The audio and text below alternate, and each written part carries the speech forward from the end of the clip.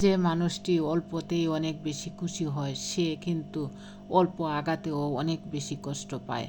আনন্দ পাবার ক্ষমতা যার যত বেশি, কষ্ট পাবার ক্ষমতাও তার তত বেশি। বিসমিল্লাহির রহমানির রহিম। হ্যালো বিয়াস, আসসালামু আলাইকুম। সবাই কেমন আছেন? আল্লাহর রহমতে আমি ভালো আছি। বন্ধু যতই খারাপ হোক তাকে কখনো ফেলে দিও না। মনে রেখো, জল যতই খারাপ হোক তা কিন্তু আগুন নেভানোর কাজে লাগে। যদি মানুষ তোমায় শুধুমাত্র তার প্রয়োজনে মনে রাখে, এর জন্য মন খারাপ করো না, বরং নিজেকে মহান ভাবো। কারণ তুমি মোমবাতির মতো, যখন মানুষদের মন অন্ধকারে ভরে যায় একমাত্র তোমায় তখনই দরকার হয়।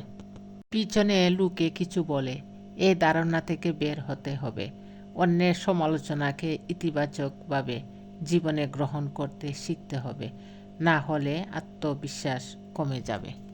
গৌতম বুদ্ধকে একজন জিজ্ঞেস করেছিলেন, আপনি এত মহান, এত বড় হয়েও নিচে বসেন কেন?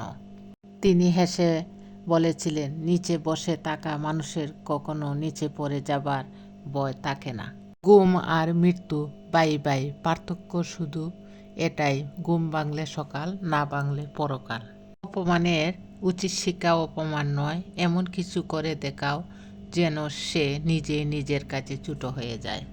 এক চোখ কখনো আরেক চোখকে দেখতে পারে না, তবুও এক চোখের কিছু হলে আরেক চোখ অশ্রু না জড়িয়ে পারে না।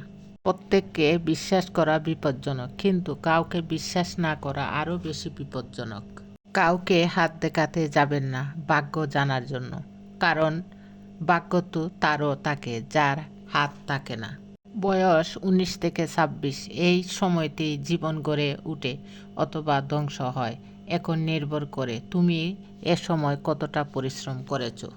অনেক রাত হয়েছে, ঘুমিয়ে যাও।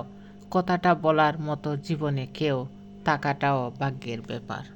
বর্তমান বাস্তবতা, রাজপ্রাসাদের মতো বড় বাড়ি অথচ পরিবার ছোট, ব্যাংক ব্যালেন্স প্রচুর কিন্তু মনে শান্তি নেই, জুরি পড়া ডিগ্রি অথচ সাধারণ জ্ঞানের অভাব, হাতে দামি ঘড়ি অথচ সময়ের অভাব, প্রচুর ফেসবুক বন্ধু কিন্তু বিপদে খোঁজ নেবার কেউ নেই।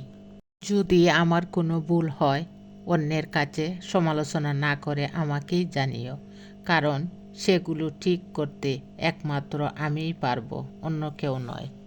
মানুষ অন্যের দোষ দেখতে পেলে বিচারপতি হয়ে যায়, আর নিজের দোষ ঢাকার জন্য উকিল হয়ে যায়, এটাই বাস্তব।